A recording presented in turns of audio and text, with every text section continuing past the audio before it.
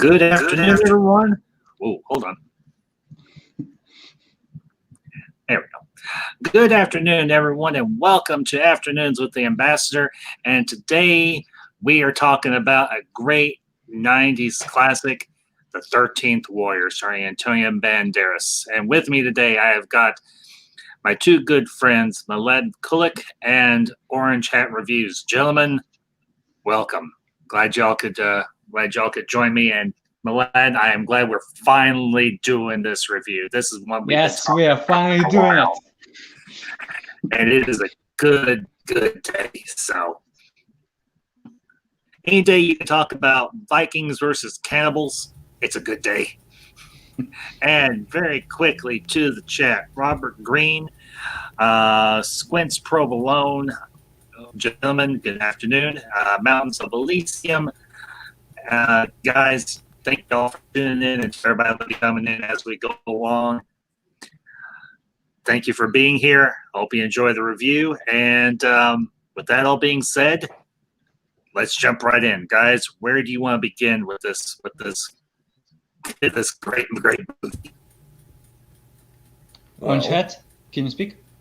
Like any good story, it should start from the beginning. Indeed. And Orange Hat, glad to have you on, bud. Yeah, sorry about that. I had my audio No worries. Not configured correctly. But yeah. Anywho. So, who wants to start first?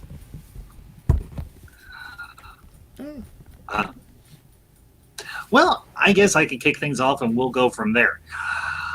This was a film I did have the opportunity to see in theaters, and I was very glad that I could. And it was just, it was a thrill ride. It was an absolute thrill. I mean, this came out right around this, I think came out just a year or so after Antonio Banderas had done, I think it was The Mask of Zorro. And I was like, yes, ooh. With Martin Campbell. Yeah. And late 90s was really the peak for Banderas' career in a lot of ways. It's kind of gone down a little bit, honestly, but if you look at like the late 90s, he does this one, he does Mask of Zorro, he does Ballistic, X versus Sever.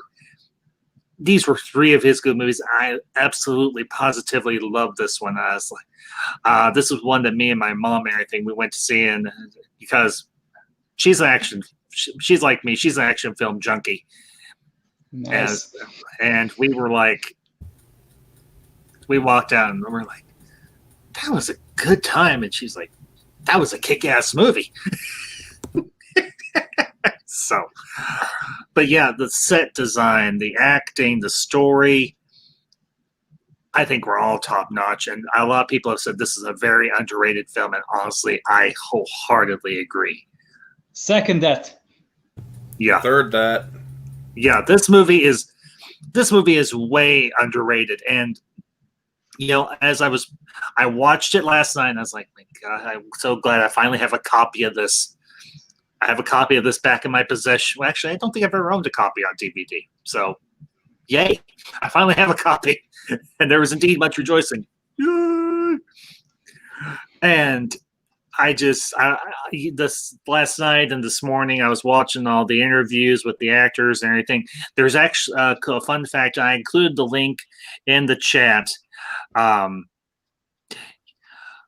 was a series of interviews that were done with the cast and crew. So if you all want to go check that after we're done, by all means do so. I also include a link to History Buff and everything. He did a what he calls a HB mini review of 13th Warrior, and he does an excellent job as always.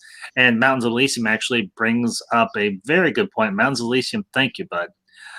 The character that Antonio Banderas played was an actual historical figure, an Arab trader who met Vikings in Rus, though the events of the movie may not reflect actual historical events. Yeah.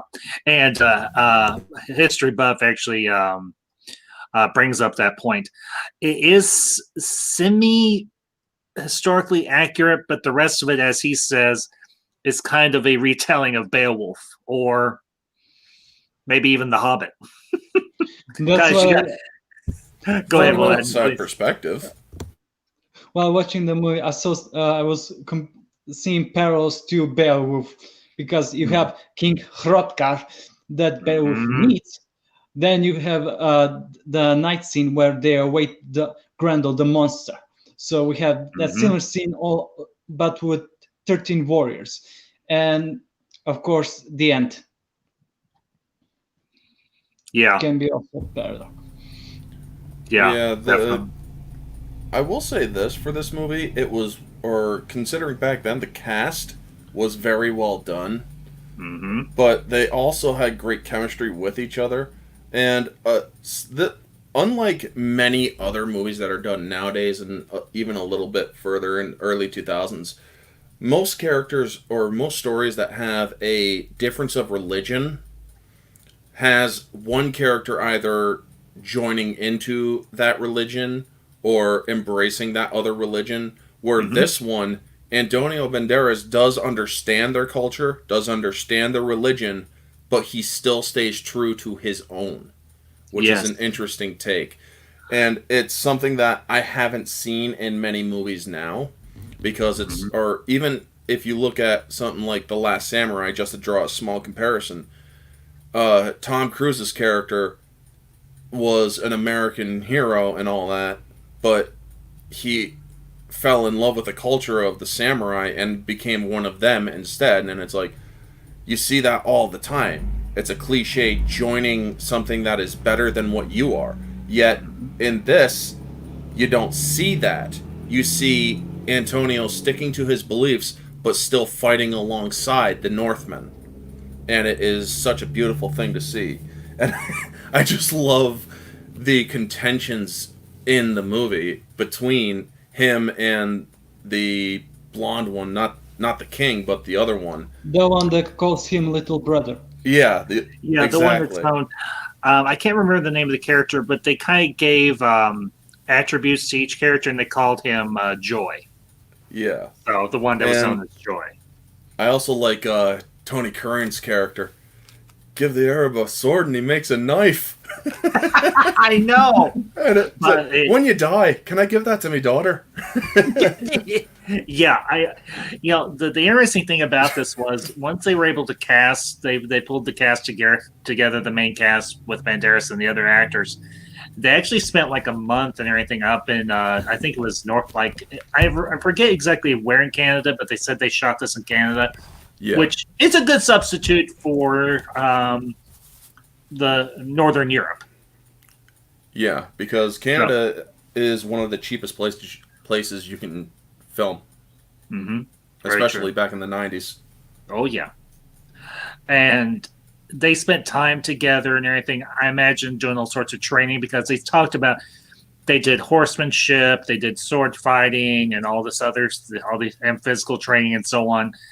And I imagine spending that much time with one another, you build a rapport, you build a, I would say even you build a friendship, and you Hmm. really see that and everything throughout the course of the movie. Now, one thing that I did want to bring up was the fact that, and this is actually a really cool aspect, the fact that, well, we'll just call him Eben, learns how to To, speak Norse. yep, I that. love that part. I absolutely I love that mean, part. thing is, there's other historical uh, examples of that happening, because if you are immersed into a culture for long enough, your awareness and your perception, if you're open to it, will eventually start to pick up on their perceptions, on their nuances and whatnot. And I Mm-hmm. just love it. It took him all of one night in this movie. Now, Maybe two. realistically, it would take a lot longer. Yeah. But let's face it, you can't really do that in a movie. Mm-hmm. Yeah, you So can't spend 2 or 6 months on how a guy is learning language. You gotta make exactly, it shorter. and so I just love it. He's like, or he's listening, he's mimicking, he's just mouthing the words. You see him doing it, and then he just starts, "How you doing, nobody?" And then he just my mother was a pure woman. And then he just gives Absolutely. he just bigotly freaking insults the guy. You son of a dog's whore or something like that. No, It's like, oh, you damn. pig. The exact insult is you pig eating son of a whore. Yeah. And it's like, And they all honestly, some of them actually come to respect him because he yeah. throws such heat at them. They're Yeah. like, and I love one of the other scenes I really enjoyed when they're insulting his horse, and I'll say it, that was a beautiful horse. Only an Arab would bring a horse to war, and well, A dog to war. A dog to war. Yeah, because they were barking at the horse. They're like, ruff, Yeah. ruff, ruff. Yeah. I'm like, oh my God. Only an Arab would bring a dog to war, and well, that dog and everything ends up saving a couple people's lives, not to mention your butts on occasion or two. Yeah. And of course, the one thing that they really did, one thing that Banderas talked about and everything in the interviews was the fact that he felt very comfortable because Banderas is a short guy. He's like 5 foot something, and all these guys are like 6 foot and taller. And he was like, it was like being around the Los Angeles Lakers or something. Nice. And he's just they felt so at ease with one another. They really got along, and you could tell that. Yes, Robert Greene, that was a pretty horse and everything. And I'll say it, the horses and everything look appropriate, and they're beautiful. I got this from my mother, and particularly, I really grew to have an appreciation for horsemanship and for horses in general and everything, particularly watching all the special features and everything for Lord of the Rings and watching all the actors go through all that training. And I'll just say it. Give me movies with horses and I'll be happy. That's why I love Westerns. One other thing I want to... Oh, sorry. Sure. No, go ahead, Orange, please. One other thing I want to touch on the scene before you move on is after he basically converses to them in their language, and Joy goes up and he's like, how did you learn our language, or where did you learn our language? He's like, I listened. And he just laughs at him, and it's a newfound respect, but also, if you pay attention to Bolvi, he actually comes up to him later on, and he's like, and he converses, he's like, you can draw sounds. One of the things that a lot of people do not understand when it comes to kingly characters and kingly figures in history, they're not just the sit on top of the world royals. They're diplomats, especially in the North. The North, a lot of people underestimate Norse and Northmen because the Vikings, they were multilingual. They were polylingual. They could speak over 6 to 7 languages and even more than that. They were diplomats. They were very well traveled. I mean, to put it plainly, they discovered America before Columbus did. But yeah, well, technically, he didn't even discover America. Let's just be candid. Exactly, he didn't. They arrived like freaking 400 or 600, almost 700 years before him. Yep, they were there at the year 1000. But anyway, the point is, Bolvi actually gives a respect to him and says, I can learn from him now that he knows our language. And he's like, and the one way that even screws it up, or Antonio screws it, he's like, you could draw sounds, and he's like, show me. And then he tries basically doing the conversion method, or the converting method. There's only one God, and Muhammad is his prophet. And it's like, yep. You went missionary, didn't you? but you know what? It worked. And it did. Something that you hit upon, Orange, and everything that I thought was very interesting was the fact that the Norsemen were multilingual. And even Omar Sharif's character, Miskander, I think, or Melchizedek, that was his name, was also multilingual because first he tries to speak Greek and nobody knows what the heck he's saying. But then he's tried. Joy picked up on the Greek. Yeah, well, I guess maybe that might have been an error in the interviews. No, he was speaking Arabic first. nobody picked up on it. And then he told them to try Greek, and then one of them pointed over to Joy, and Joy became their official translator, so to speak. Yeah, and it worked. Yep. And one other thing about the different types of animals, I loved Bolvai's horse or dog, that big red dog. I loved that dog. I believe that was actual, or if memory serves, that was a wolfhound. Yeah, the size of it and the fur on it, I would almost bet that was a wolfhound and everything. A beautiful dog and everything. And I love the fact at the end it actually whimpers when Bolvai dies. Yeah, it sits right next to him. Mm-hmm. Yeah, it sits right in front of him and it's looking up at his master. But one thing I will speak about the setting, the set construction. Very, very period, very accurate, and obviously whoever did the set design did their research. Mm-hmm. I mean, they did a great job with this, from just the basic camp that you see, the little bit of the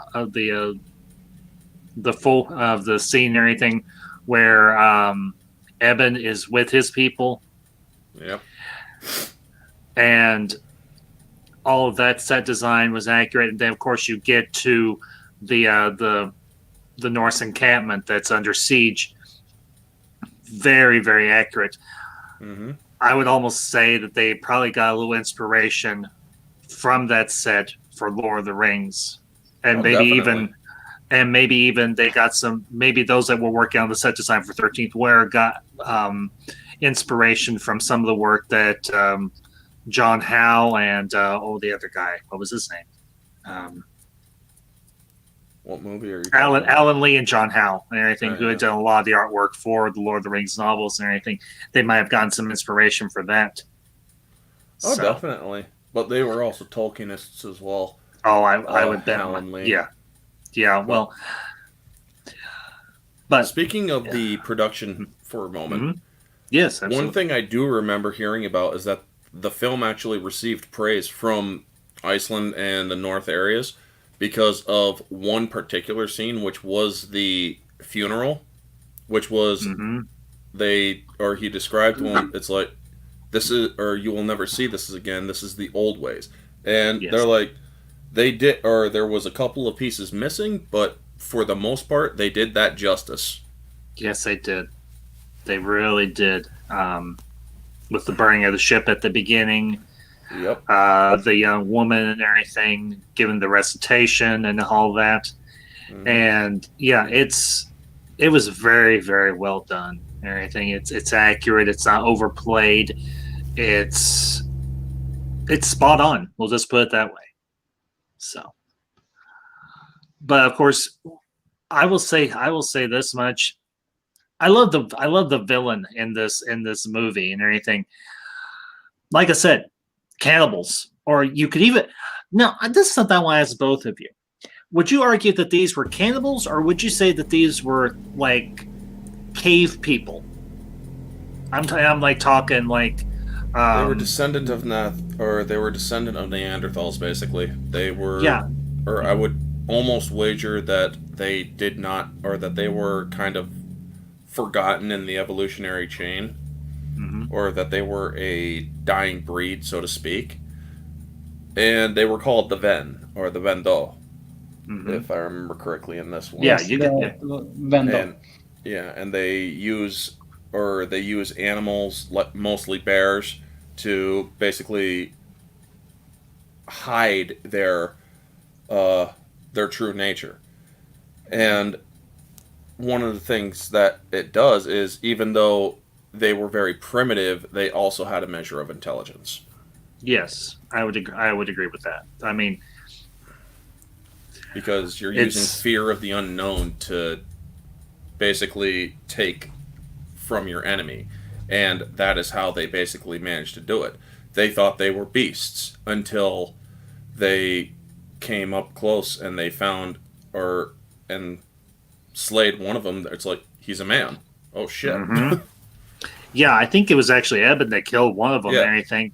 And Joy's like, "Don't worry, little brother. There's more." Yep. And very quick Superior reviews. Welcome, my friend. Good to see you, and thank you. I'll keep an eye out for that, bud. Also, we got to get to the. We have to get to the trench digging and that little contest that they had with the guy that he was throwing mud on. I just love that entire sequence. Mm-hmm.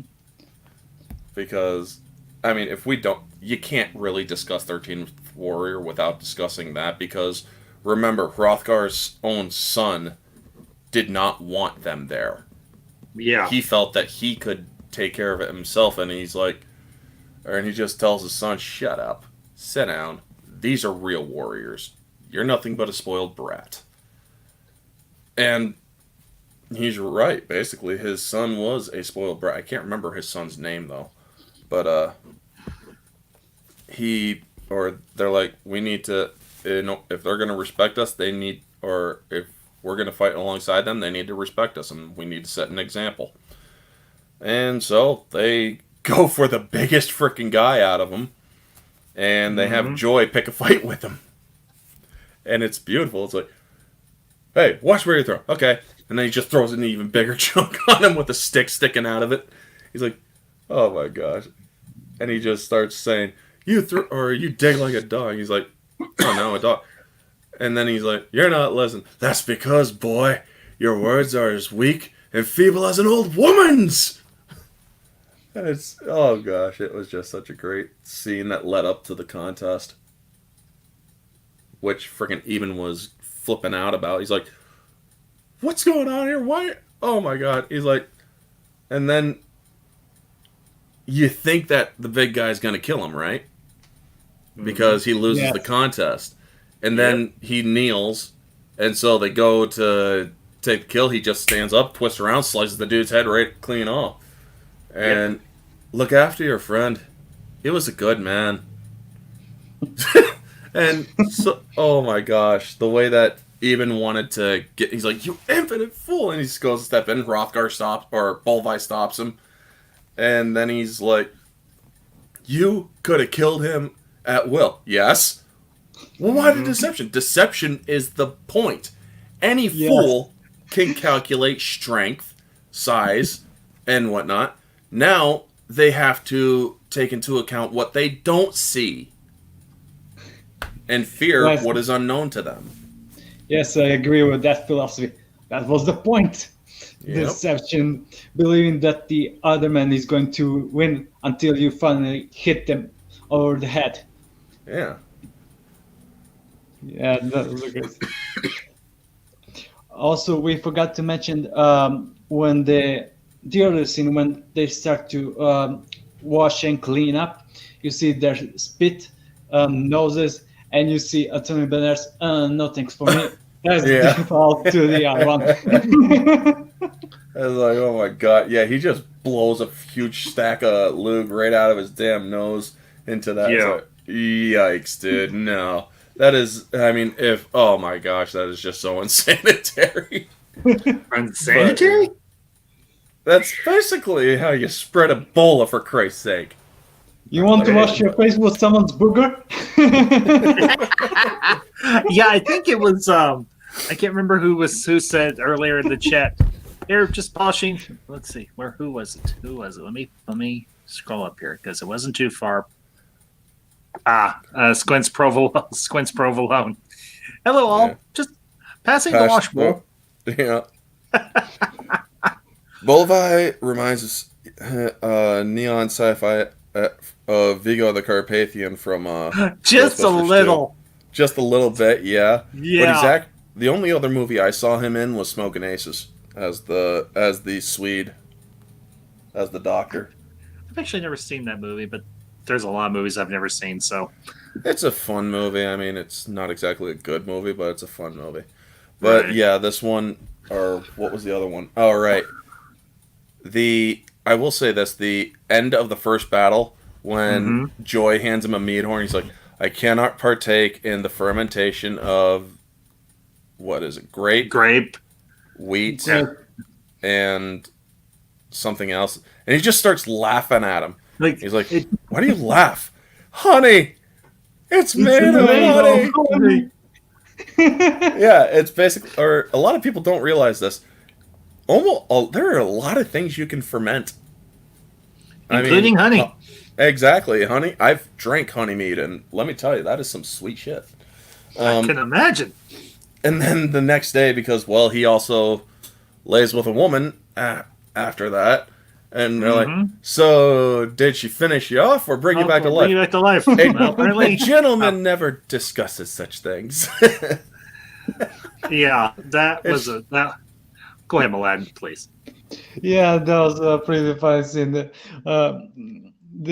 She beat you up or brought you back to life. A gentleman never discusses these things. Yeah. Yeah, and let's, talking about the fight scenes in this movie, they are so freaking intense. I mean, jeez. Arms are getting lopped off, heads are getting decapitated, people are getting run through. It's absolutely brutal. But the thing is, for that time, it was brutal. You want to end a person? You got to be the one with the better sword and the better arm. Indeed. Also, one of the good parts of the battle sequence, Bullfire throws even a huge pole, and he's like, "What do I do with it?" You just, or basically put your foot down and stand. I think. Yeah, because basically it's like a pensive. Yeah. Not pensive. Not that. Pole That's the arm. wrong word. Yeah, pole arm. Yeah, pretty much. Basically to stop cavalry. Cavalry, yeah. And they actually do show, well, they aren't showing a real horse getting impaled, but they show fake horses getting impaled. They even do the blood and all that. Back in the 90s and stuff, there's so much they could get away with because they really, it's like, holy crap, man. They were showing it as almost a damn... Huh? Also, Orange Hat? I think he's got signal drop. That does happen sometimes. Yeah, I'll pick up where he was talking about, and I'll until he gets back. Sometimes his internet gets a little wonky, unfortunately. Oh, that's understandable. What Orange Hat was saying, and I agree and everything.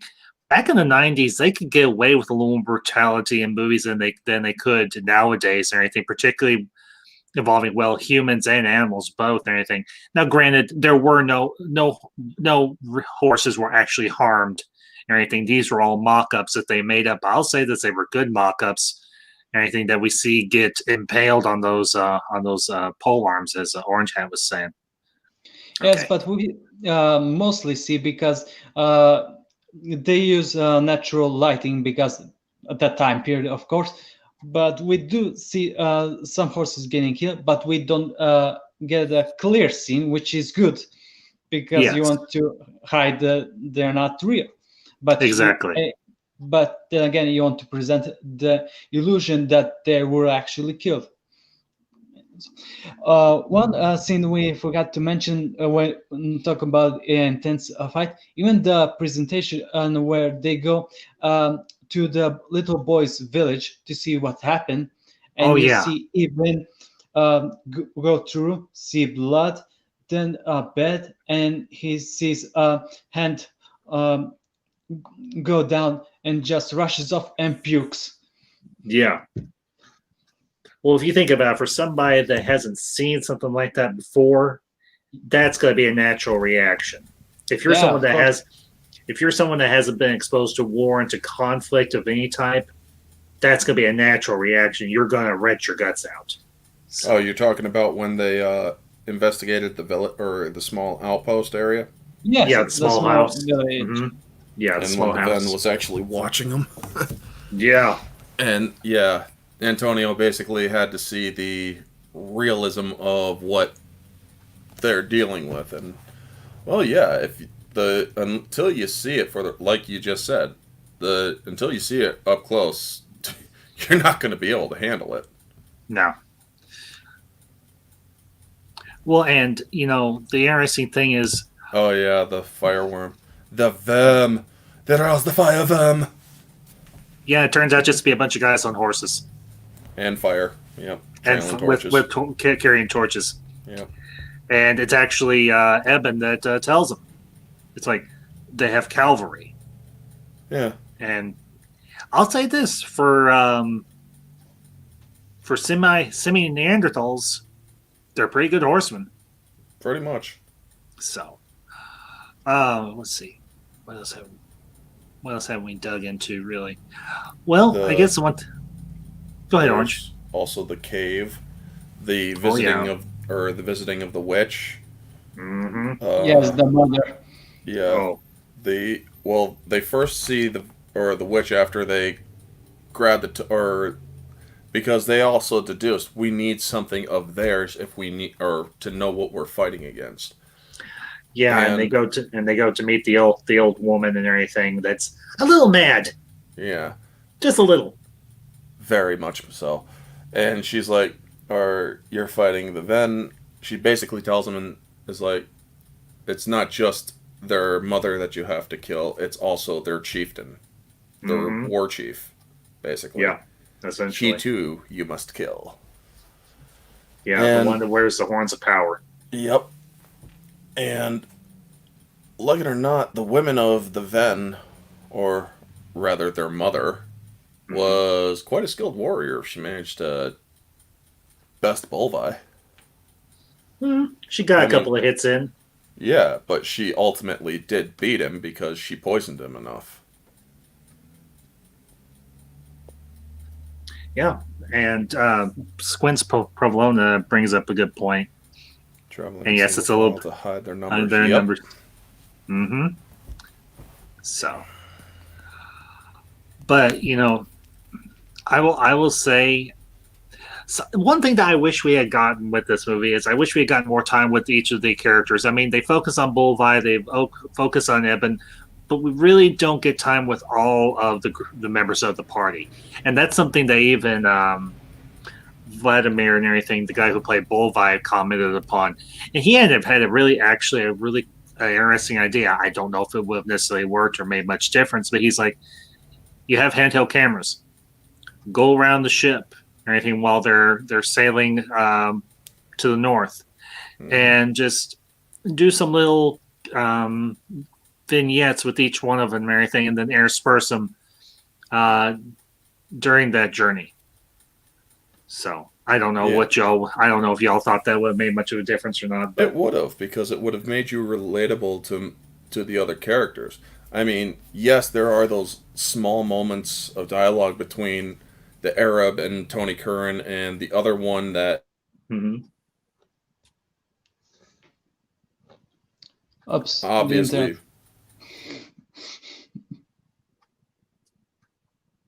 yeah, his signal dropped on him again. So, hey, when that happens, go ahead, Aladdin, please. I was gonna. Yes, he even addressed that was the huge problem that they didn't have enough time to introduce every character so that we can have impact when they die. But we only root for three guys: Eben, the and the blonde guy who calls him little brother. Those are the three that we actually root for instead of all 13 of them. And we even forgot that first fight scenes in the night when they are awaiting Vandals. They killed off one of the warriors, but I forget who was it while watching it. Yeah, and that's the unfortunate thing, because you want to have that connection with these characters. I mean, yeah, obviously, Antonio Banderas' character and the guy who plays Bolvi and everything, they're the focus, in a manner of speaking. But you want to be able to really feel if when one of the others get injured or gets killed or whatever. And yeah, there's something I do want to ask the both of you. Yeah, Eben has that at night with the Norse woman. When she touches her leg, do you think she's trying to tell him something there? Like, I don't know, maybe she's pregnant or something, or just any theories on that? Her leg? No, the woman touches Eben's leg as he's riding off with the rest of the party. Only that she's growing to care for him. That's Yeah, basically what I got out of it. Okay, and all right. that he doesn't die while coming back. Yeah, I mean, or the best way that they would signify that she was pregnant, if as he's riding off, she puts her hand to her stomach. That's the biggest tip off ever. Okay. Because even back then, women could know or would know early on if they were carrying. Yeah. Very true. Nowadays, everybody's too damn reliant on technology and piss tests. Mm-hmm. No offense. No Friends offense.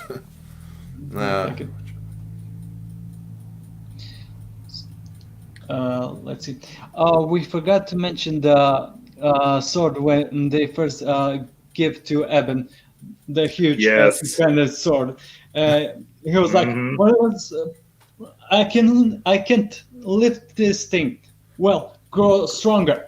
Yep. Yeah, that's gonna work. Yep. And then they teaching him how to cut the or tip the poles as well.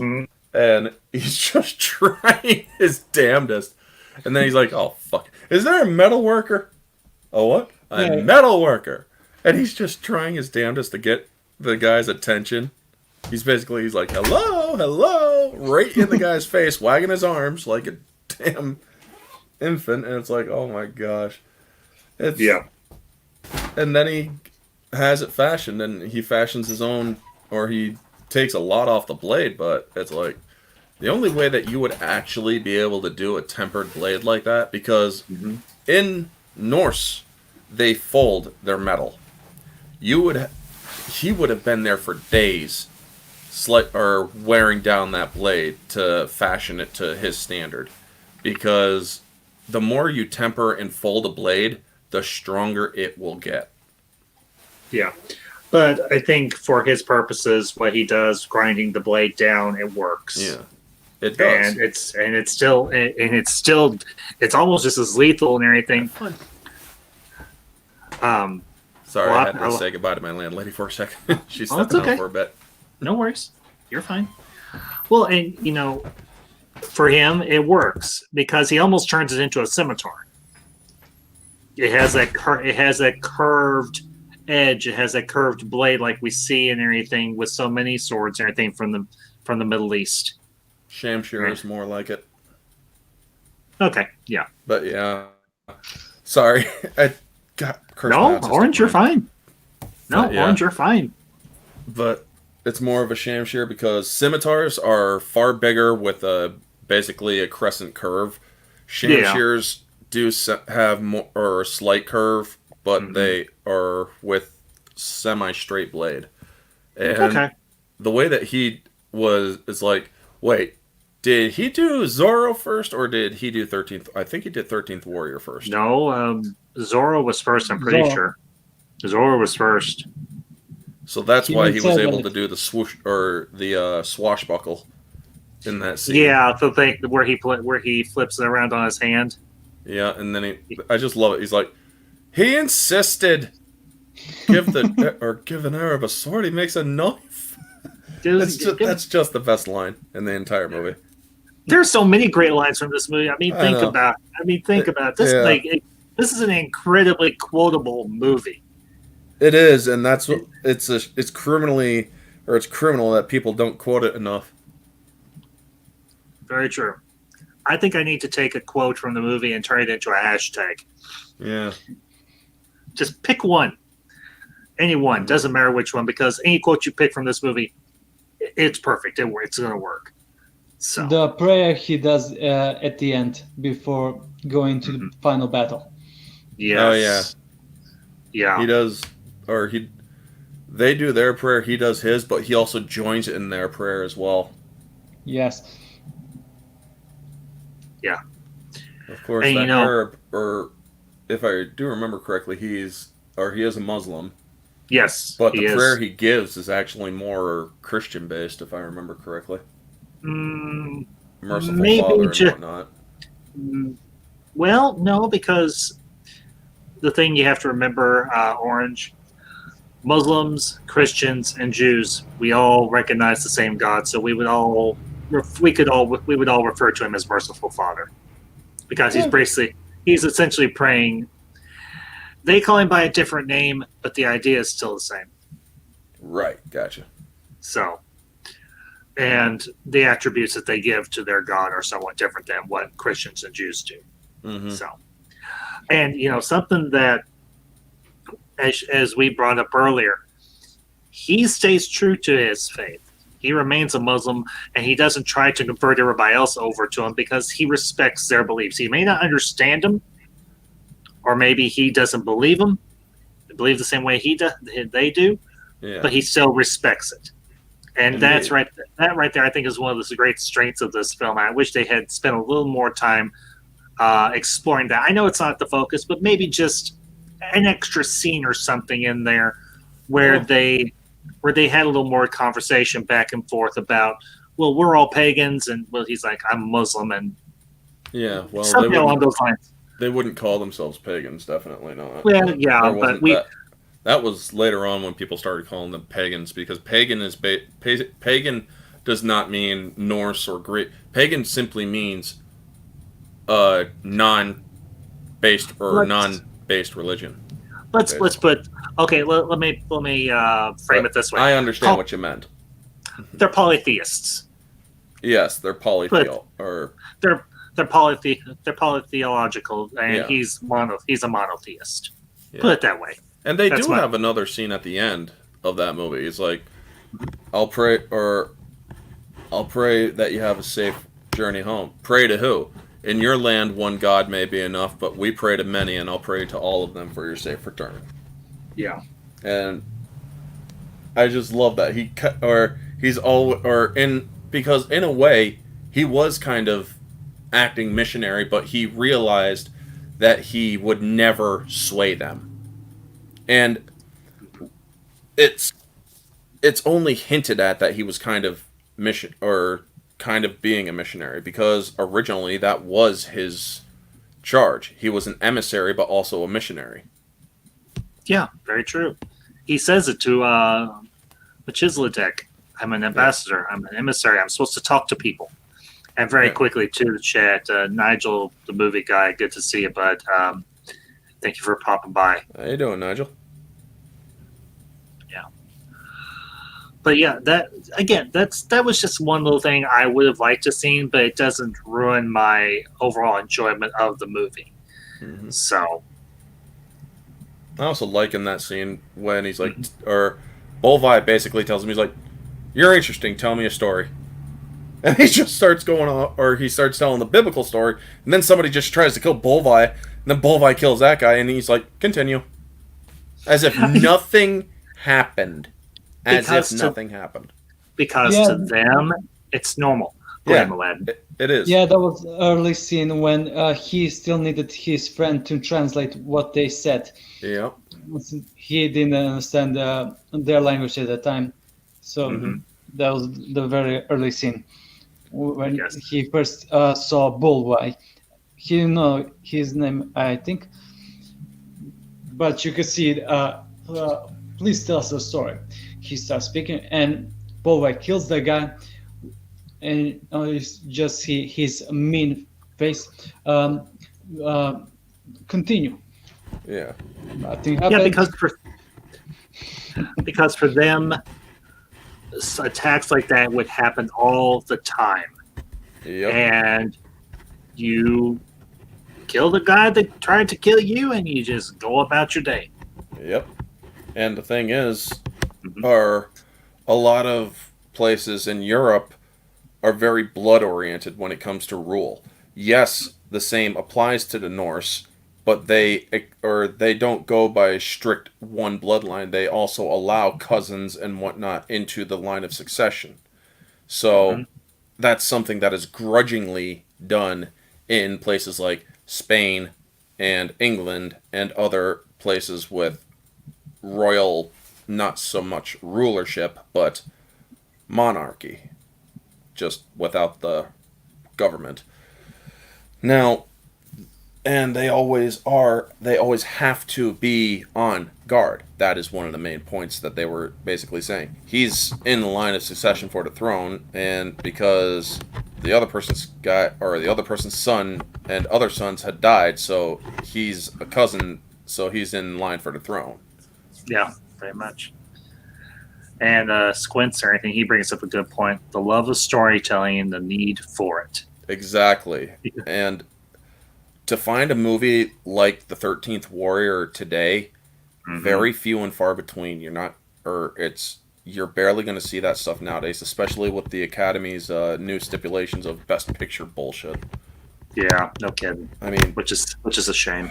it is, and it truly does take a storyteller's vision and basically says, you can have your vision, but you need to do this.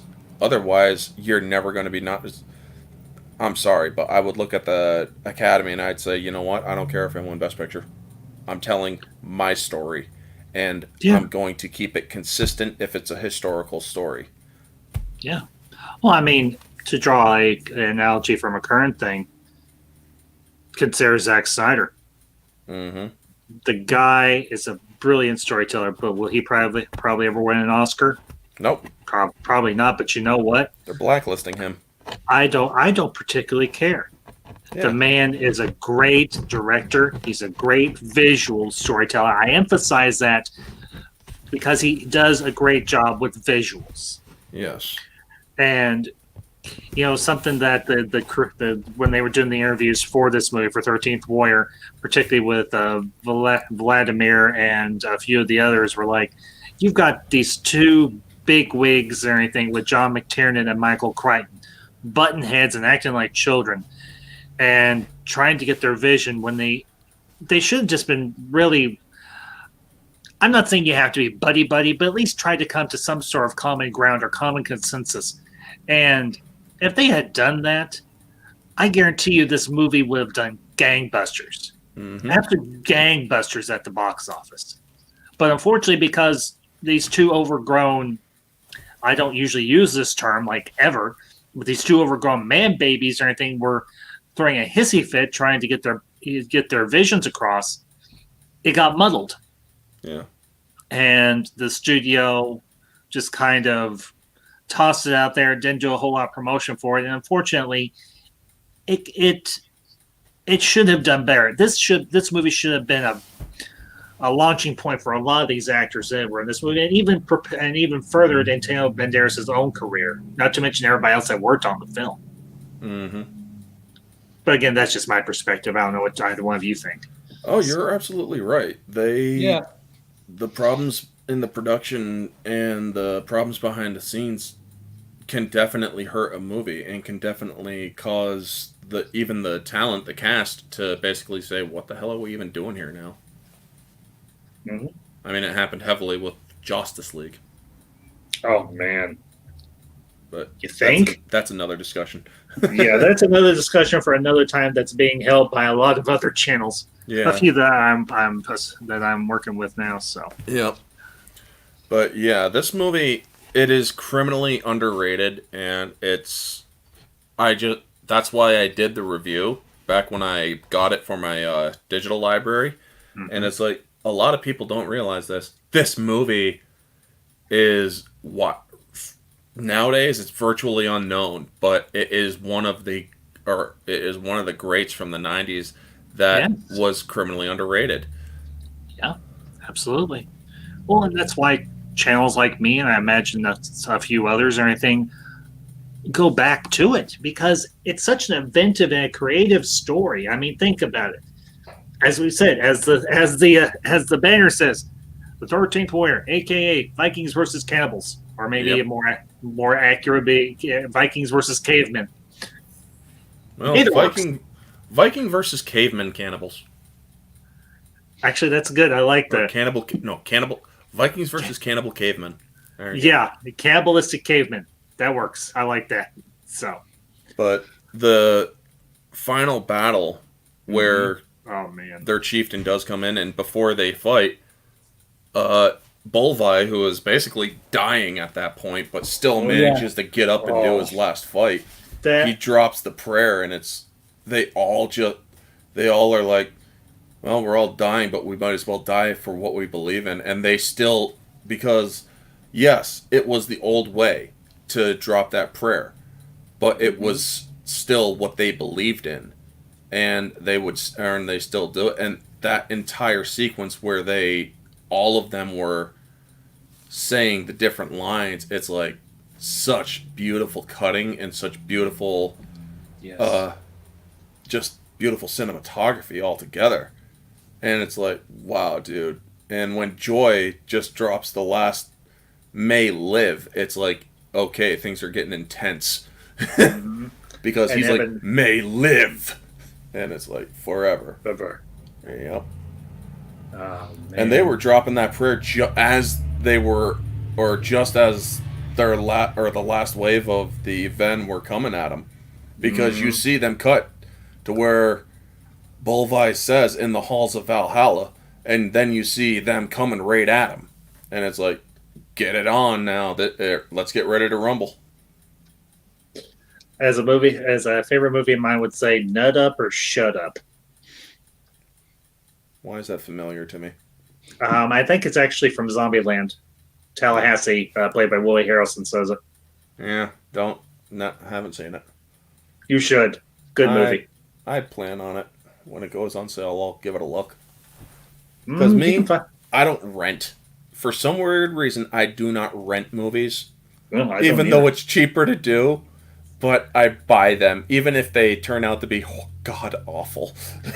Orange Hat, honestly, I think you would really love Zombieland. Oh, yeah. I mean, It it's- does look it's- interesting.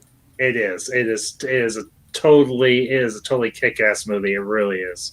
Yeah. And they did a sequel to it. I heard the sequel kind of Double got tapped, buried, yeah. which stinks.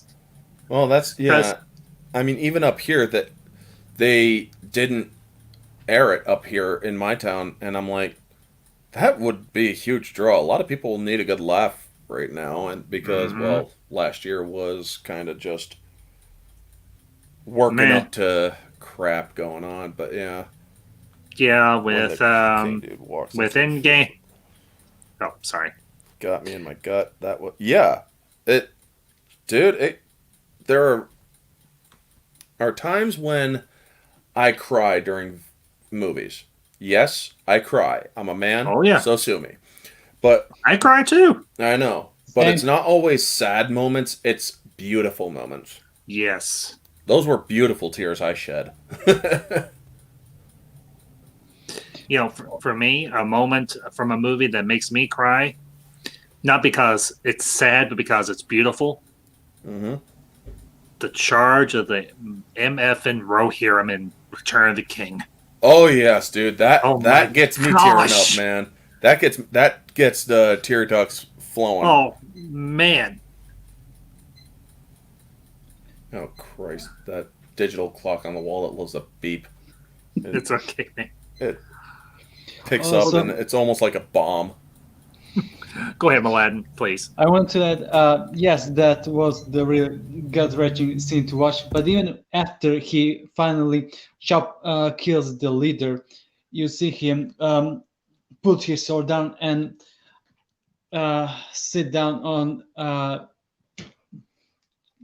a stool. The rampart, part of the ramparts around the Yes. around the hall. Yeah. Pardon my language. And But no, it's yes, okay. Yes, basically you see them, but after the cannibals are cleared off, you see the other companions walk slowly close to him, and he just sits there. And that, for me, is the crying moment. Oh yeah. Totally. I can't say it. Yep. He was such a good warrior till the bitter end, and he dies like one, which is the whole thing of Vikings. You die like a warrior, you're treated in the Valhalla. Yep. You live by the sword, you die by the sword. So Well, and you know what? The The part battle. that was really cool for me and everything, not only does he sit down, but he takes his sword and he jams it, jams it first really down hard. in there, and he's like, "I just served these mothers," and he's like, "I'm going out like a boss," Mm-hmm. and he does. And Mount Elysium brings up, I walked through the side of a Viking battleground according to local lore once after watching the 13th Warrior and the line, "Lo, there do I see my father," ran through my head. It was an eerie feeling I can imagine. Well, a lot of people, if they're perceptive enough, and this has nothing to do with religious bit or anything, if you are perceptive enough, you just might hear it, the history of a place, especially battlegrounds. You can hear, literally feel, maybe not feel in the rich context, but just kind of feel the air of what happened there. I mean, I actually walked on Gettysburg one time, and even as a kid, it was an eerie feeling. It's like, I didn't understand the full context. I knew people died there. I knew it was a battle, but what I felt, it's like, this was horrifying. It was scary to stand there. You know, I have always wanted to go to Gettysburg, and one of these days I'm going. Because I've watched the movie, the miniseries that TNT did back in the 90s called simply Gettysburg. And the one place I want to go, I mean, I want to tour the whole ground as much as I can, but there's one place in particular I want to go. Little Round Top. Mm-hmm. The Chamberlain's Charge. That is the one place I want to go. And if I can... Go ahead. No. You go ahead this time. Okay. That for me, Gettysburg, the Civil War, is a period in history I am a huge fan of. Okay, I don't want to say fan, but I'm a huge buff about. I love studying it. I love learning about that period in history. Mm-hmm. But to actually go to that place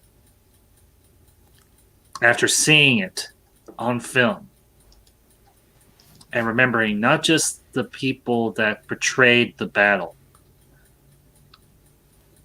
but walking in the same place where so many brave men laid down their lives for causes that they both believed heavily and deeply in. I think that for me would probably be one of the greatest moments in my life. Do I need to get you a tissue? No, I'm okay. But thank you. Thank you. I appreciate it. Uh-huh. So, well, guys, we're closing in on an hour. Is there anything else about this movie that we have not covered that we want to discuss before we close out? I'm pretty sure if Lethal Lightning was here, he'd probably say that Vendo or the Vendo's mother was hot.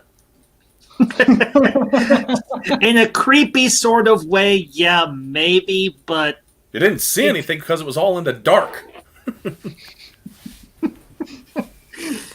yeah, I guess if you're in for the creepy horror look, sure, but she didn't do much for me, but that's okay. Yeah, I mean, Go ahead. Or if they did try to do this movie again, it would never. I don't think they could make this movie. Bullseye chopped her damn head off, and he did it in no uncertain manner either. They showed that shit. Yeah, it's like, yeah, you're gonna die, and I don't care if you're a woman in this case. You're gonna die. You have to die. Yeah. And if they had that sort, they would never do that in a movie nowadays. Oh, unless it's like somebody from Zack Snyder, or like Zack Snyder, or something like that. Because or maybe a TV series. Or a TV series, because they would never allow it in mainstream Hollywood because, oh my god, you misogynists! I mean, it's like, you know what? In this case, yeah, we're misogynists. This bitch needed to die. we're gonna live. Yeah, we're living. You guys are kind of encroaching on our area. Your mom is kind of a bitch, so she needs to die. Squints brings up, you didn't talk about the bones and choosing the warriors. Yeah, that was there. That was a great scene. Yeah, that was an absolute great scene. I just love how they and the crazy old lady. Yeah. Who comes in and is talking about the bones and holds up the little totems and whatnot. The Oracle. The Oracle. And she says that the 13th cannot be a Norseman. And then everybody just starts looking at him and he's wondering, what's going on? It's like, you're the 13th ward. No, I'm not. He's like, what? I'm not a warrior. And very quickly to the chat, the Nicotina Show. Nicotina, good afternoon. How you doing? Good to see you. Thank you for popping in. We're just talking about, Vikings versus caveman cannibals. Caveman cannibals. Yeah, that's all. And yes, very, very underrated movie indeed. So, but yeah, this movie. Oh my gosh, it's.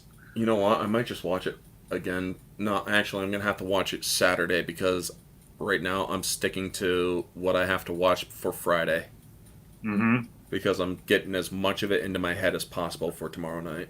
Yep. And you have fun tomorrow night, by the way. Oh, I intend to. I think it's just gonna. It's possibly just. It might just be me, AFK, and Mads tonight or tomorrow night. But hopefully Lorena will be able to make it. Hopefully. Yeah. And again, I'm not Don't apologize. No. Stop it. You stop that. Okay. It's right. Star Wars. It's the 40th freaking anniversary of Empire Strikes Back. You do not apologize for that. You hear me? Okay, I will spank you. I'll spank you with a wand. I'd like to see you try. I'll use the Force. The Force doesn't work that way. You're supposed to get the line right. That's not how the Force works. Okay. That's not how the Force works. Yeah. And Squint, you're welcome. Yeah. Yeah, Nicotina, I'm going to be doing that myself. Me and Dawson are going to be doing a live watch party tomorrow afternoon for that. For what? Raised by Wolves. Oh, what is that on? It's on HBO Max. Yeah, I'm not getting that until the Snyder Cut, so sorry, I'll miss that one. You might consider it, Orange. I'm serious. Right now, finances. And I get that. I do. Maybe in January I might consider it because I do get a boosted pay, but. No, dude, I totally believe me. I totally understand. No pressure. I'm just saying you might consider it when you're able to, because it's HBO Max. I'm going to say it after Netflix with their big kerfuffle and canceling Dark Crystal, Rise of Resistance, which I still want to see, and promoting that piece of Fedo crap. I will never touch Netflix with a 10-foot wand. I will tell you this. I would watch Netflix again if they pull it. If they pull it, I will and admit that they were indeed very bad at what they did. I will consider going back to Netflix because I do want to watch Cobra Kai Season 3. Yeah. And even though that entire premise of that show doesn't make sense, it's still a good show. And Nicotina brings up it's HBO Max. It's better than all the other streaming services. The movie content and the shows are top caliber. I agree, Nicotina, wholeheartedly. Like the fact that they did trigger warnings, and plus that Unpregnant movie or whatever it was called. Oh yeah, but you know what? You can skip that. True, you can. But they haven't put out any type of exploitation. They haven't done any. Yeah. They haven't done anything like that. Netflix did, but again, that's a conversation that has been had. And it's honestly, it's a conversation for a number of time. I don't want to get off on a rant. Yeah. Well, 13th Warrior. Yeah. Well, I think we've pretty much covered everything in 13th Warrior, to be honest. But yeah, Squints. I have seen Empire on big screen. I didn't see it originally because I was too young. I was 2 years old when it came out, so I couldn't have. But I did go see the special editions in '97. The fun thing will be, Bam Ambassador has never seen any of the OT movies on big screen. So this will be an experience for her. She's only seen them on like our TV and everything, but she's never seen them on the big screen. So yes, I'm going to see it because I want to. And two, we haven't been to a movie together in months. Yeah. The last time I went to the movies was back, I think, in August when I went to see New Mutants, which I enjoyed, but it would have been better if she had been there, but it is what it is. I'm stuck in New York. They're not opening theaters here. They're not opening anything. Y'all need to vote that idiot out. Okay, we're trying. You need to vote all the idiots out. We're trying, but they're sadly they're like ticks. They're deeply entrenched. Well, you know what you do with the tick to get them out. Yeah, you had to burn them out or something. Mm-hmm. You take. Go ahead, Milan. No. Well, unfortunately, we have theaters open, but I'm not risking my life to go see a movie. And you know what? That's fine. Where I live in Indiana, we've pretty much flattened the curve. We're in phase 5 of reopening. Everything is reopening. Everybody's just kind of taking their time getting reopened and going back up to full capacity on everything. And I understand people's hesitations. I get it. I understand it entirely. I don't begrudge anybody any of those points. But I'm happy that I live in. And I don't say this to rub it in. I'm happy I live in a red state. Just saying. Anyway, yeah, Nicotina, I've heard about that. I feel for everybody in California. I think it was praying for everybody in California. I forget who tweeted this out. I think it was James Woods or somebody tweeted out. In a few years, there will be no tax base in California. Everybody will be gone. He may not be wrong. He may not. They might all either be dead or in prison where they can't pay taxes. Ain't that the truth? Well, folks, I think we're going to go ahead and wrap up here. But I want to thank Mladen and Orange Hat for being here this afternoon. I had a great time. I hope you fellas did as well. To everybody that was in the chat, I hope you all enjoyed our discussion. For those of you that catch us on the replay, I hope you all enjoyed this. As always, like the stream, share it out. And if you come across this and you enjoyed our conversation, you're not a subscriber to the Ambassadorial Wing, hit that subscribe button and become a part of this community. So a couple of things I do want to bring up. In the next day or so, I will be streaming part 3 of my Star Wars fanfiction, Ray Who. And tomorrow afternoon at 1 p.m. my time Central and 2 p.m. Eastern, I will be live with Dawson from Nerdy in Many Ways, and we will be doing a live watch party and a review of the season finale of Raised by Wolves. And I have included the link to that down in the description. So, and also, if you have not subscribed to Orange Hat, go do so. If you're not following Mladen over on Twitter, go do that. To everybody in the chat that has a channel, Nicotina, Mountains of Elysium, Squints Provolone, go sub to their channels. I recommend each and every one of them. I have watched at least some of their content, and it's good stuff. It's positive stuff, and it'll make you think. It'll make you laugh. And also, Nigel, that Nigel movie guy, go sub to him as well. He does a lot of Castlevania content. He does a lot of live game streams and everything. So go sub to him as well and give him your support because he is a good egg. But everybody in the chat, I hope you all enjoyed this. Thank you all for being here this afternoon. We'll see you tomorrow afternoon. I'll see you all tomorrow afternoon over on Nerdy in Many Ways. And until next time, this is the Ambassadors signing off. Bye. I have always been